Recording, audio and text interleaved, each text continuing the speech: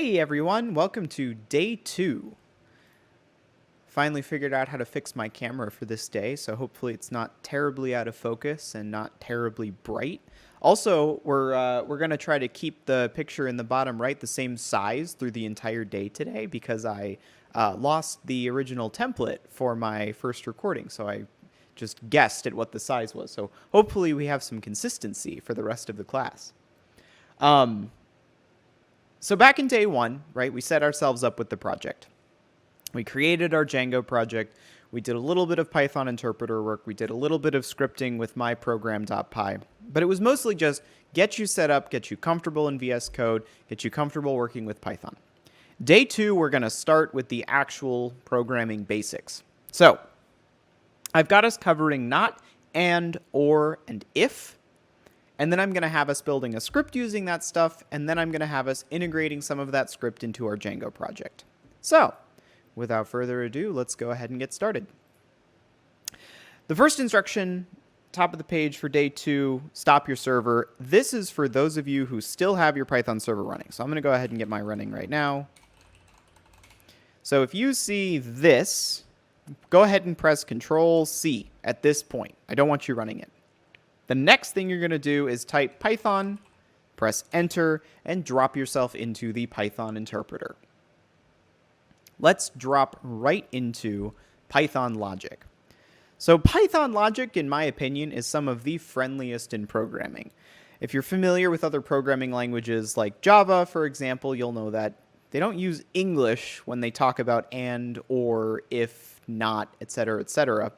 They have a variety of symbols. So for Java specifically, if you want to and something, you're going to be typing a lot of ampersands. Not is represented by a question or an exclamation point. So symbols are great for typing. They're not great for reading. And in Python, we like reading. So we're going to be using English words to describe all of our logic. And let me show you exactly what I mean by that. I'm going to go ahead and start by typing x equals true into my console and pressing Enter. That just gives the variable x the value of true. And if I press X and Enter, you'll see that x is true. Now we're going to type not x and press Enter. Not x is false because x is true. So not will take the variable you give it immediately after it and then opposite it. So if x is true, not x is false. If x is false, not x is true. And we can chain as many of these together as we want. I can say not x, and that comes out to false. Not x comes out to true. So you get the idea. Okay, so we're going to be focusing a lot on weather for this day because that's just what I was thinking about when I was writing this course. And we're going to go ahead and pretend we're writing a weather app and you want to know whether or not it's raining. Okay, we could set a variable called isRaining to true. So if the variable isRaining is true, so if I type isRaining and press Enter, if it's true, it's raining. If it's not raining, then we could say not isRaining. So that gives us a really easy way to represent whether or not it's raining or if it isn't. So let's go ahead and say, let's put our variable to use. So we're going to do a print statement, and we're going to use something that you haven't seen before, which is this Printf statement. So f just means we can add variables into our string. Don't worry too much about that because you're going to see exactly what it means in a second. So I should capitalize my S. Should I wear a coat, a raincoat? Got to specify. Is raining. So the question we're asking is, should I wear a raincoat? And we want our Python program to say true if we need to wear a raincoat and false if we shouldn't wear a raincoat. When is it going to be true? It's going to be true when isRaining is true. So if it is raining, then I should wear a raincoat. And we're going to press Enter. Ah, look at that. So should I wear a raincoat? True. You should wear a raincoat. Next thing we're going to do is we're going to invert isRaining with our not statement. So if it's not raining, You shouldn't wear a raincoat. So should I wear a raincoat should be false. Should I wear a raincoat? Not is raining. False. We should not wear a raincoat. So that's a little bit about how you can use print statements, especially with f strings, in order to insert variables using these curly braces to kind of craft these dynamic phrases that you could print to the screen.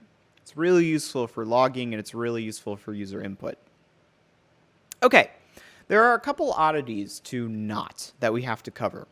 So, Booleans, which is just true and false, are not the only things that are true or false in Python. That might not make much sense, but let me show you what I mean. If I type not hello in quotes, what do you think should happen? Because it's not true or false, and if I told you that not just inverts whatever you pass into it, so not true is false, not false is true, what is not, quote, hello? Well, the answer is, it's false. Why is it false? Python has this concept of truthiness. Now, there's a long, heated debate you could have with a lot of programmers over whether truthiness is really beneficial or not, and whether it's even correct. But in Python, it's extremely useful, so I say let's keep it.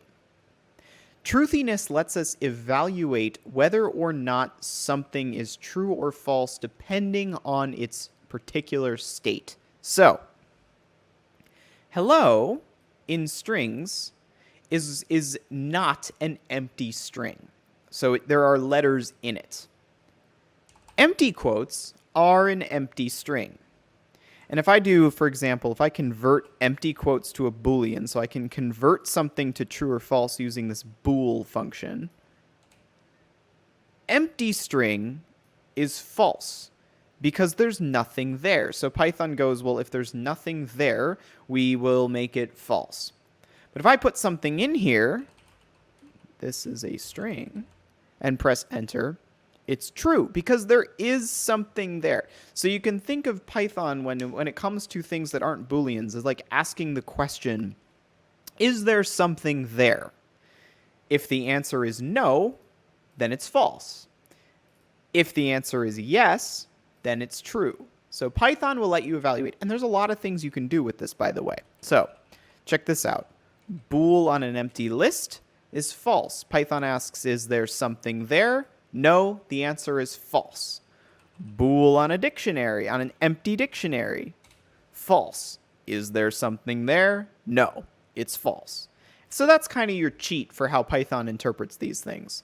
But it's nice because it means we have a lot of options for using strings to our advantage, or checking to see whether there's something there without needing to like build something to explicitly check for it. We can take advantage of this Boolean state.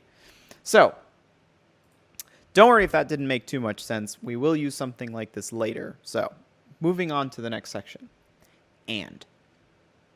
So we've learned how to invert things. Now we need to talk about and or. So if you're familiar with programming, you're going to know what and is already. But if you're not too familiar with programming, you know what and is just because you speak English, or you speak a language that lets you use and. So and is exactly what it sounds like. If I have one thing and another, I have two things. And if I have one thing and not something, then I have one thing. So you get the idea. If that didn't make much sense, I'm terrible at explaining Boolean logic without examples, so let's jump into it. I'm going to go ahead and just make sure x is true. There we go, x is true. And I'm going to set a second variable y to true. Okay, so now we've got an x and a y. If we type x and y, it's true. Why is it true? Because x is true and y is true. I have an x and I have a y. If I have both of them, x and y is true. Now I'm going to go ahead and type, we're going to go back to our weather app. Rainy equals true, and windy equals true. So So this is going to be a little bit better than X and Y, and I'm going to say rainy and windy. All right, so it is rainy and windy outside because both are true. But let's imagine a situation where it's rainy and it's not windy. If I say rainy and not windy, what should print? If windy is true, so it is windy outside, and I tell you it's rainy and not windy, what are you going to tell me? You're going to tell me I'm wrong. It's false because it is windy. Not windy is the wrong answer. So it's not rainy and not windy. It's rainy and windy. We already established that that was the current state of things. So rainy and not windy is false. I can also do not rainy and not windy and press enter. But not rainy and not windy is also wrong because right now it's rainy and windy. So telling you it's not rainy and not windy is an incorrect answer. So and helps us determine whether or not, essentially, you're incorrect about one thing in a series. So you can think about it this way. I could tell you could tell me X is true, Y is true, rainy is true, and windy is true. And then you could say, repeat back to me which are the true things. And if I did this, I said, okay, so X and Y and rainy and not windy, I'm going to tell you windy is not true, and I press enter, I'm going to be wrong. But if I repeat back to you, X and Y and rainy and windy are all true, and press enter, I'm correct. So that's a brief overview of how AND works.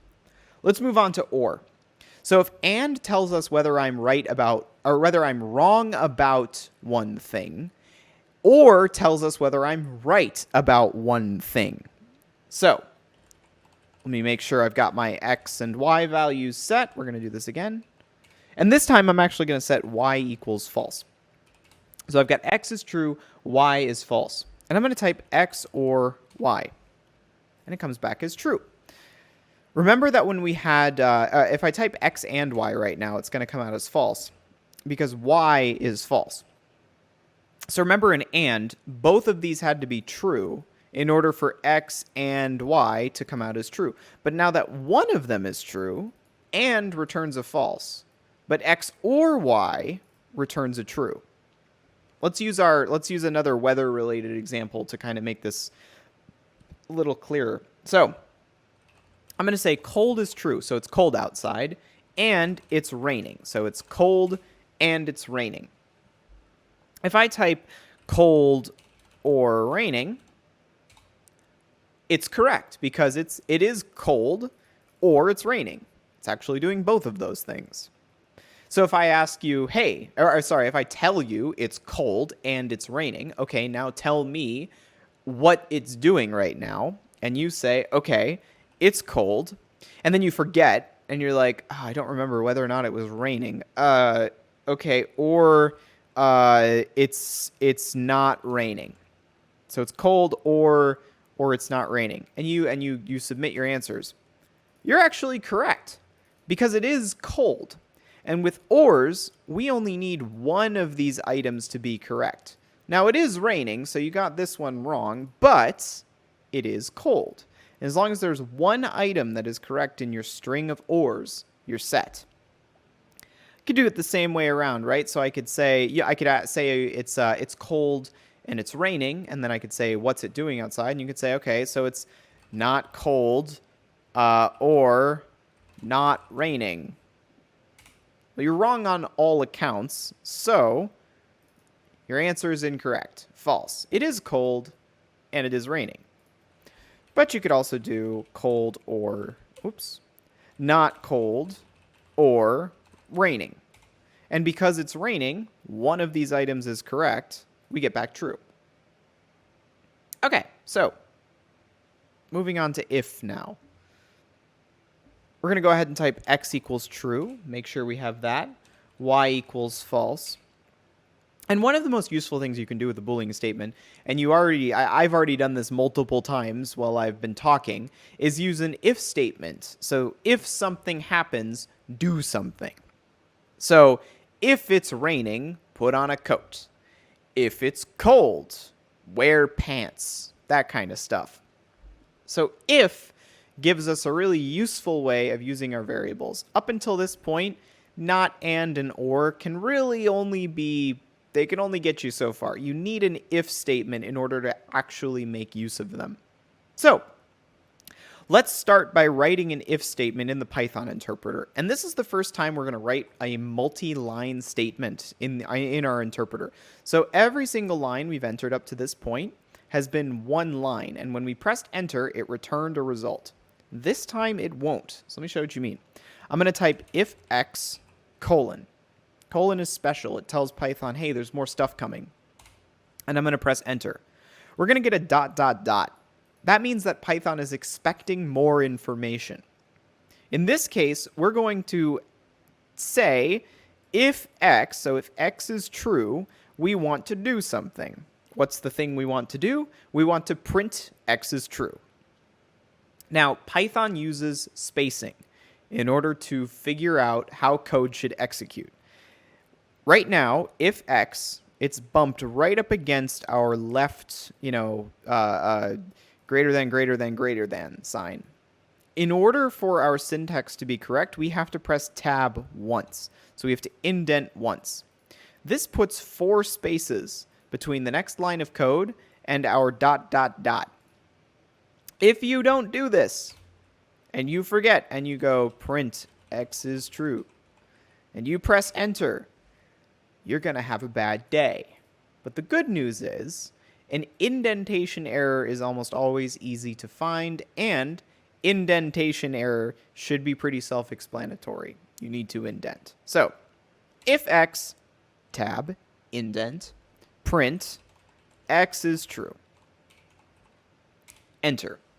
Now, when we press enter, Python still wonders if we're going to write more code, because an if statement can have many more lines of code under it than just one.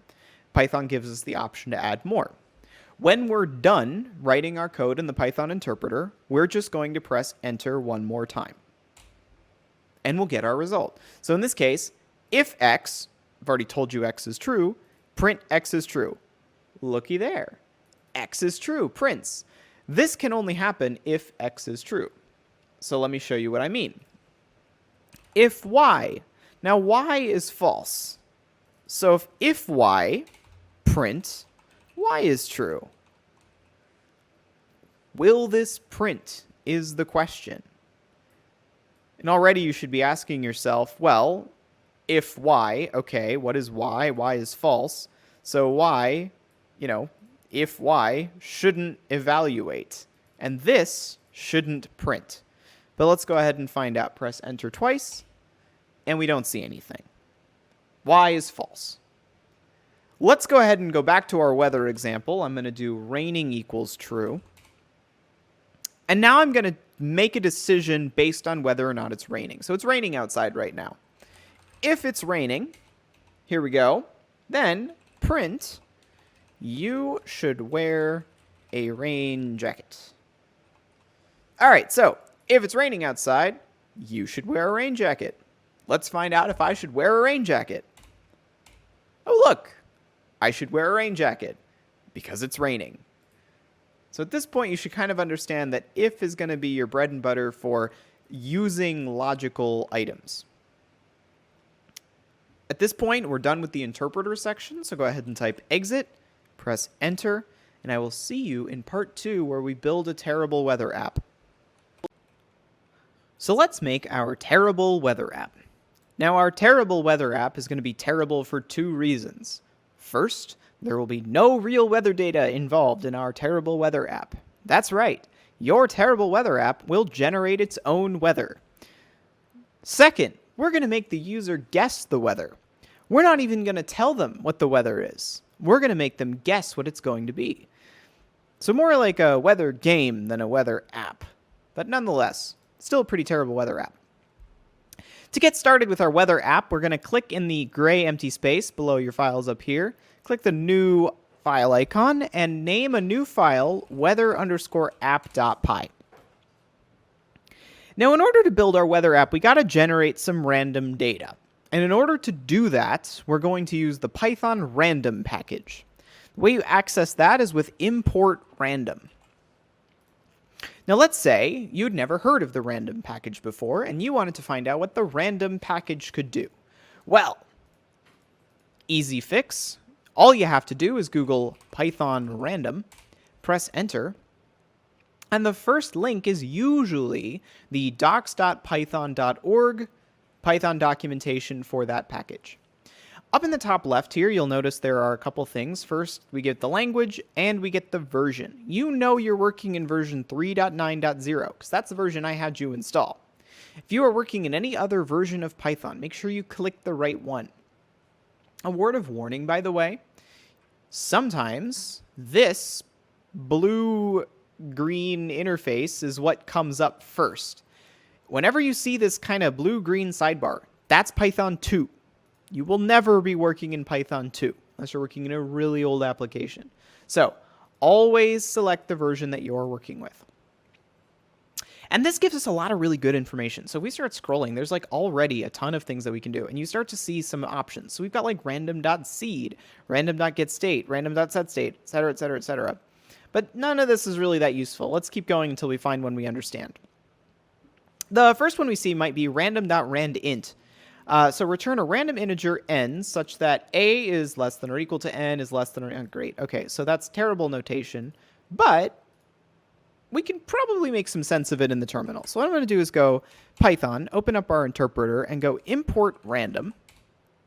And then I'm going to try this out. So I'm going to say random.randint, open parenthesis, close parenthesis. And I know it takes in an integer a and an integer b. So I'm going to say 1, 10. Let's see what it does. All right, we get back a 5, 3, 8, 8 again, 10. Okay, cool. So it picks a random number between the two numbers that I supply. All right, that's awesome. Looks like the numbers 1 and 10 will also be included in that random selection. So it's a random selection inclusive. Let's keep scrolling and see what else we can do. We can do a random.choices, which returns a k-sized list of elements chosen from the population with replacement. Great. Okay, so meaningless to anyone who doesn't write this documentation, but they do give some examples down here. So, or they don't give examples, but they do show you what a list looks like. That's not actually what you're going to put in there. So let's give it a try. Let's try random.choices. And we know what a tuple looks like, so let's put a tuple in here. 1, 2, 3, 4, 5. Enter. All right, get back up 5, 3, 2, 1. Look at that. All right, so we're getting back some random choices in here. Looks like we're getting back list choices, which is interesting. So I wonder what happens if we do this. Ah, okay. So it looks like it does take in a list. It looks like it returns a list. So this is going to be wrapped inside a list. Don't really have to worry about that for now, though. Let's try something else. Let's try random.choices. And instead of a tuple, we're going to use these square brackets, which is a true list in Python. And we're going to try true and false. So we're going to see if it can pick between true and false. And it looks like it can.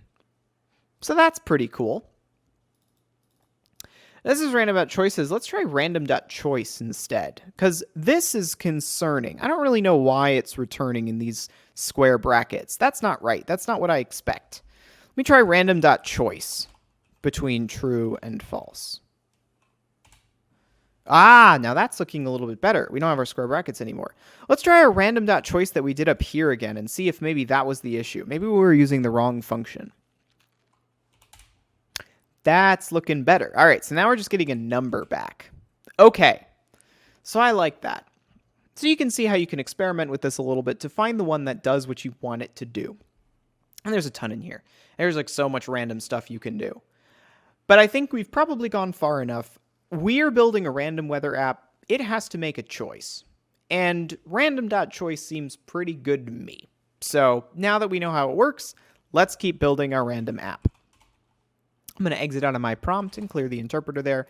Back up to our file. All right, so the next thing we're going to do is generate 4 random weather conditions. This is in There we go. Step 3 of our Python docs. I'm just pasting it in there. And our weather app is going to generate 4 of these conditions that I've selected. So one of them is going to be warm, and it's going to make a choice. And then if it's warm, it can't be cold. So what I've got is it's going to be either warm or cold. And cold is going to be whatever warm isn't. So if it's true that it's warm, cold should be false.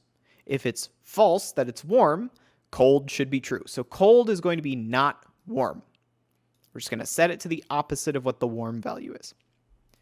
Then I've got our 2 other options, raining and snowing. Raining is going to be a random choice again. So if it's true that it's raining, then it's not going to be snowing, as I've set it so that it can't be snowing or raining at the same time. Now I know many people come from places where the weather is awful and it can be raining, snowing, and clear all at the same time. But in our kind of miserable world, actually, since it can never be clear, it can only either be raining or be snowing. So the weather's at least simple. And we've done the same thing here, right? So if it's snowing, it's not raining. If it's not raining, it's snowing. Okay, let's move on. Now that we have our random weather choices generated, we're going to ask the user to guess what the weather is. But before we can do that, we got to give them some hints, because we can't just generate these variables and then say, oh, is it raining? Is it cold? What is it? They have no idea. But we're not going to give them any straightforward hints. We're going to make them guess. And the way we're going to do that is by using step 4, these if statements. So what's special about these if statements? Well, we're not printing out whether it's warm or cold or raining or snowing. We're printing out if it's a combination of 2 of them. So if it's warm or cold, it can be either of these, then this sentence will print. If it's raining or warm, this sentence will print. If it's raining or snowing, this sentence will print. And if it's cold or snowing, this sentence will print. So based on the sentences that print out, you should be able to deduce what the weather is. This is why this is a terrible weather app. Imagine having to do this in the morning. Now that we've given the user at least some output, let's go ahead and test it out. So I'm going to go ahead and run python weather app.py. And we're going to get some sentences spitting out. So it's warm or cold, it's raining or snowing, it's cold or snowing. Now the way this game works is you can pretty well guess what the weather is based on how many sentences spit out and which ones appear twice. So for example, cold appears twice. If it were warm, warm would appear twice. But since it isn't warm, cold appears twice. We also see snowing appear twice. If it were raining, we would see raining appear twice. But since raining only appears once and snowing appears twice, it's probably snowing. Now that's not a perfect rule. You'll see in a second if I can get one to generate with all 4. Yeah, there we go. Okay, so that's not a perfect rule. This is the tricky one where all 4 sentences print out. Now you can still figure out what the weather is from this, but I'm going to let you figure that one out on your own. It is doable though. So let's actually ask the user then to guess the weather, because all we've said here is, okay, so if these statements, then print. This is a great example of using if statements, by the way, to control a print output. So if you're thinking of something like debugging or logging or something like that, then using if statements in this fashion to print is a great way of controlling what actually gets printed out. Now we need user input. And the way we get user input in Python is by using the input function. And in step 5, I've given you what I like to call a guessing module, which is just a line. It's 7 lines of code, but it lets us get the user input and print whether it's correct for one of these weather conditions. So let me show you. Here's our warm guess module. It starts with assigning the input from the question, is it warm, yes, no, to the variable warm guess. So what I'm going to do is show you in the Python interpreter what's happening. So not going to input. I'm going to say warm guess equals input. Is it warm? Yes, no. There's our warm guess variable. There's our input, and this is the thing that'll get printed. So watch what happens. Is it warm? Yes, no, gets printed. It's exactly what we put in our quotes. So that prints to the screen. But the cursor stays right here, and it lets you type. In fact, it's waiting for you to type an input. So I'm going to go ahead and press, for example, Y, and press Enter. So I pressed Y, but where does Y go? What happens to Y? Well, warm guess should now hold a Y. Let's do that. Let's type warm guess and press Enter. Oh, look at that. So we get back a Y, and it's in quotes because it's a string. But that helps us read input from the user. If I didn't assign it to a variable, if I just typed input, let's do this, input name, question mark. Type my name, Reese, press Enter. It's just going to spit back out Reese. This would be the same thing if I just typed Reese in the terminal in quotes. So all input is doing is it's asking the user a question we put in quotes. Now, a lot of times I see this. I see people just use input and then press enter. You can do that. You don't have to put anything in these parentheses, but check it out. There's no prompt here anymore. So how do I know what I'm supposed to input? I can still input something and it will still output it, but what was I supposed to do? So make sure you always give the user something to prompt for here. All right, so I'm going to exit out of here. Clear that. So that's a little bit about what input does and how it works. So now that warm guess is going to either be a Y or an N, assuming your user doesn't do bad input, which we can cover in a little bit, but Y or N, the next thing we do is check their answer. So if their warm guess is Y, that means the user thinks that it's warm outside. How do we tell if it's warm outside? Well, warm is either going to be true or false. So we can use and, because if warm guess is Y, equal Y, that's what the equal does. So if warm guess is Y and warm is true, then our and statement evaluates to true. And this will print. And it will print correct, because they are correct. Else, or in this case, elif, so we can say if, else, if, but we shorten it to elif in Python, so that means evaluate this only if this comes out to false. Else if our warm guess is N, so they say no, it's cold, it's not warm, and not warm, then print correct, because it's not warm. Else, anything else they do. So this could mean they type N, and it actually was warm, so they were wrong. Or they type Y, and it wasn't warm, so they were also wrong. Or they type something completely unintelligible. It didn't have anything to do with the question they were asking. We just print wrong. You get no second chances. We're not going to correct them. We're just going to say, look, you typed something that was either wrong or not an answer. So you're wrong. We're going to print wrong. So that's how this code works. It checks to see what your guesses are. It tells you if you're correct, if you got the right answer, by using an and statement to compare the answers. Otherwise, it tells you you're wrong. But that's just one input. We need them to guess whether it's warm, cold, raining, and snowing. So we're going to have to do this 3 more times. And that's exactly what I have you do in step 6. Copy everything in step 6 and just paste it below. You'll see it looks exactly the same. We ask for a cold guess. Is it yes or no? If it's cold, print correct. If it's not cold, print wrong. If they guess Y. If it's not cold and they guess N, print correct. So you get the idea. Same thing we did above. Raining, same problem. Is it raining? Yes, no. Same if statement. Snowing, is it snowing? Yes, no. Same if statement. So we do this 4 times. Now you might be thinking to yourself, that's like a lot of code to write over and over. We're just copying and pasting the same stuff. That can't be right.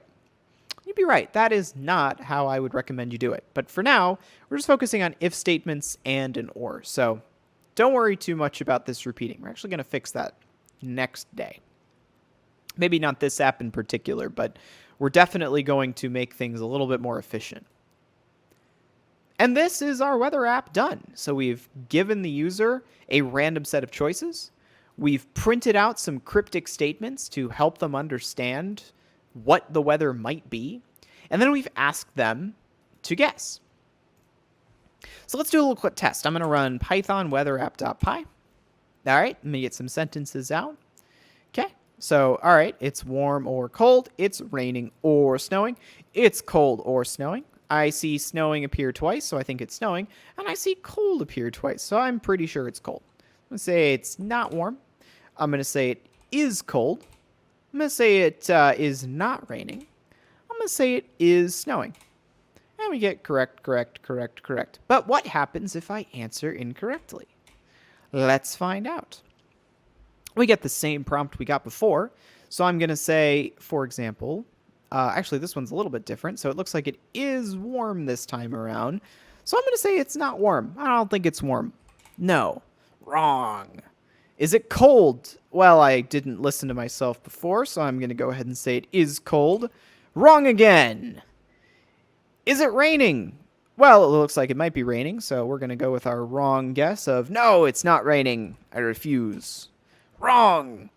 Is it snowing? I'm not going to listen to myself again. It's definitely snowing. Wrong again. And you can see how we're going to get everything printed out nicely based on our guesses. So, play around with your terrible weather app a little bit. Make sure you understand kind of what's going on in here. And for part 3, we're going to bring this all together in our Django application. I'm going to show you how to apply this in the real world. So we'll have some fun there. All right, so now what we're going to do is take some of the elements of the weather app that we've just made, and we're going to use it in our Django application.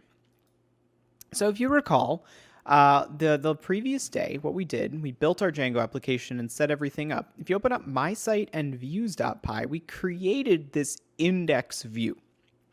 And if you'll recall, if I run python manage.py run server, let that load up, control click on this guy, we got hello printing to the browser.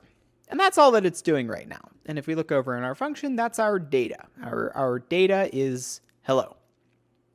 But what I want to do is turn this into a weather report page. So we're going to use the same stuff we used over here, but instead of printing it and then asking the user to guess the weather, let's just show it on our web page. So the first thing we have to do is import our random package to views.py, since we're going to use that now to generate some random weather. So let's import random at the top of the page here. And you can save. Every time you save, again, you should notice that this is going to reload. So Django is watching for changes while you make changes. So as we add stuff, we can save. Okay. The next thing we have to do is add in some of our existing code. We're going to modify it a little bit. So the first piece, I'm in instruction number 3, is this. So we're going to make a weather function, we'll call it. So we've got an index function. It looks like this. Let's define a weather function. It takes in the same request that index does.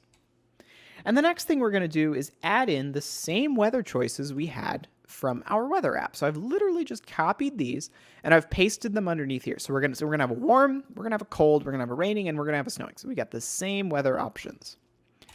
Okay. The next thing we have to do is generate our sentences. Now we had people guess based on the sentences that printed out what the weather was. But this time around, I want to take it a little bit further. We're not going to have people guess. We're actually going to tell them what to wear or what to bring with them based on the weather report.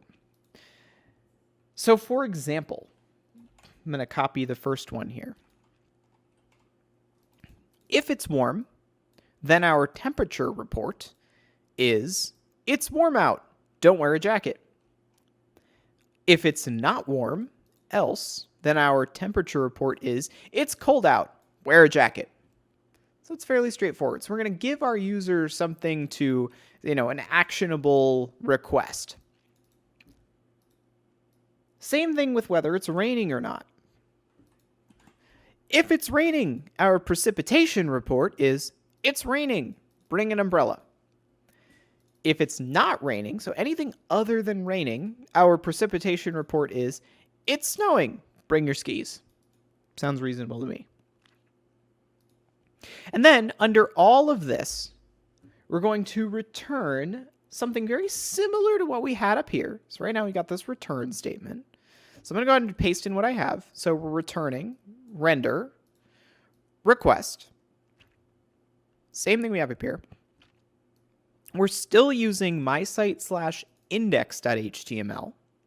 So same thing there. But our data is now temperature report plus a space plus precipitation report. So our temperature report and precipitation report are going to be these sentences. And what I want to show to the user is the output of both of these sentences together. So I'm going to print this one out. I'm going to add a space after the period by putting this here, and then print this one out. So that's what I want to see. Let's go ahead and save that. Okay. We have our weather function here, but if I refresh the page, nothing's going to happen. If I go to /weather, nothing's going to show up. It's going to give us a page not found. So remember, we've added our weather function here, but in Django, you have to add a little bit more information to tell the application how to serve your data. So the first thing we're going to do is open urls.py. And here we've got this blank path, and we want to add a weather path. We want to give the user an opportunity to go to /weather and show us something. So we're going to say, all right, new path. We're going to call it path weather /. And that's going to take us to views.weather. So views is our views.py. Weather is our weather function. I'm going to add a comma after this just to make sure we could add more potentially. And now we've got a weather. We've got a weather path, and it's saying, all right, if anyone ever goes to weather, take us to views.weather. With that, if you haven't already, again, run your server with python manage.py run server. And let's give it a shot. So localhost 8000 /weather. Since that is where weather will be.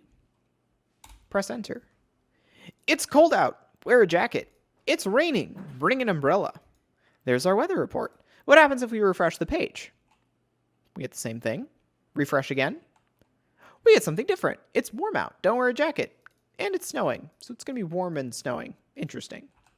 We could refresh, and we're going to get probably a different output mostly every time, although we don't have a ton of choices, so a lot of the time it's going to be the same output, but our output's going to change. So what this should tell you is every time we refresh the page, this stuff runs. And it runs differently every single time. So every time we refresh the page, our Python code executes. So let's do a little bit more with this. I don't do too much with this in the documentation, but let's play around with it a little bit. What else might we do?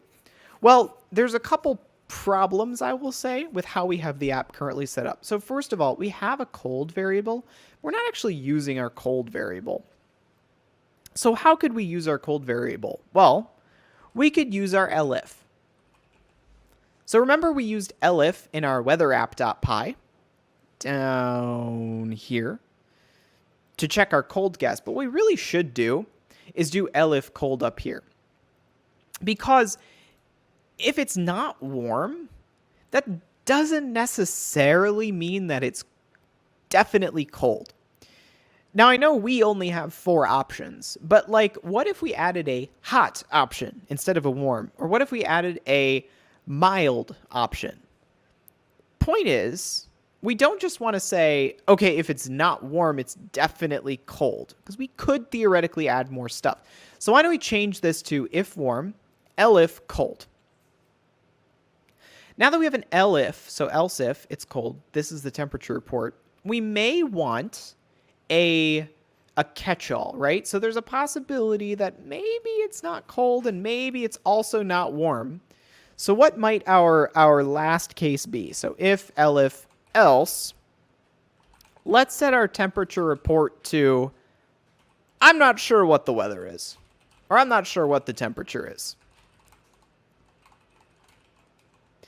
Because at this point, it's not warm, it's not cold. For our application, we only have a warm and a cold, so if it's not either of those things, I have no idea what's going on.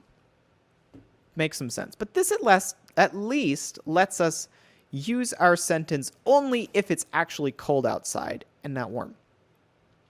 Let's do the same thing with raining. So instead of saying if raining else, let's say elif snowing. Same deal.